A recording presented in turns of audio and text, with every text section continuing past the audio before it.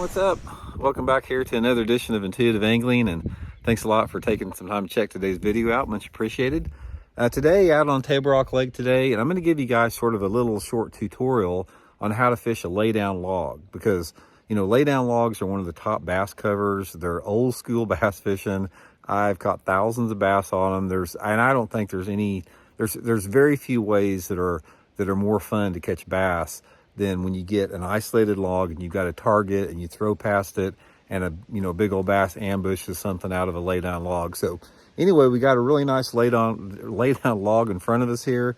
I'm going to show you guys how I usually approach them and where the fish are going to be positioned at most times. So here we go. Okay guys, here we have a typical laydown log, and I'm going to really show you guys, where bass position at, and then we're going to go over some techniques to catch them at.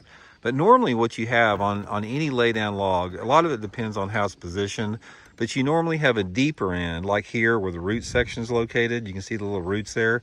And then you've got the other end of it, a little bit shallower end. And the depth at the log end obviously depends on the bank angle. But for the most part, guys, one of the things about it is there's no really predictable way that you know exactly where that fish is positioned. Now, ideally, and most of the time, they're going to be around the most complex part of the laydown log. And for here, the most complex part would be the root section, because you see there's some little branches coming off it. It's in a little bit deeper water, so that would be a high percentage area. But in reality, they could be anywhere along there. They could be underneath the log. There could be something under the bottom that's holding the fish there. But the main thing you want to do is your high percentage target is going to be parallel to the log, coming parallel to it, and where you come through the most complex piece of cover. So my first cast, I'm going to go boom down the side, boom down the right side, and then I'm going to position my boat after I got the key pieces of cover. I'm going to come past the outside end like this, parallel to it. And then after I hit all three of those high percentage areas, I'm going to sort of break it apart and pitch and flip on some of the low percentage areas, because that's a lot of times they hide in there too. Okay, there's a lot of different variables as far as when you approach a laydown log, as far as what you need to take in consideration. I'll just sort of go through the list here. You got to take into consideration the water clarity, the water temperature, the depth of water that the laydown log is in, the composition of the bottom, the complexity of the laydown, because some laydowns are very simple. They're just a log in the water. Some of them are a lot more complex in the terms they got a big root section. They got a lot of limbs coming off of them. So there's a lot of different things as far as makes every laydown different here.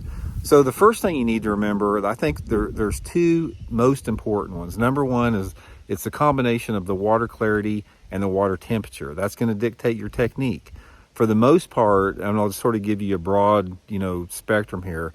For most part, if the water temperature is like below 55 degrees, I've got two primary techniques. I'm pitching and flipping, usually a jig, or I'm slow rolling the spinnerbait by it. That's going to be my prime things, unless the water is super, super clear. If the water is really, really clear, I may run like a swim bait by it or something, or maybe a little finesse jig, something a little smaller. But in general, guys, I don't like laydowns that are in really clear water. I like them in at least, a minimum of 3 foot, or at least 3 foot of, less than 3 foot of visibility. Your laydown logs are going to be definitely better in a little bit off-colored water. Now, once the water temperature gets above 55 degrees, especially above 60, it opens it up to a lot of different techniques, again, based upon the water clarity. A topwater bait run next to it, like a walking topwater or buzzer, can be good. A square bill crankbait can be good.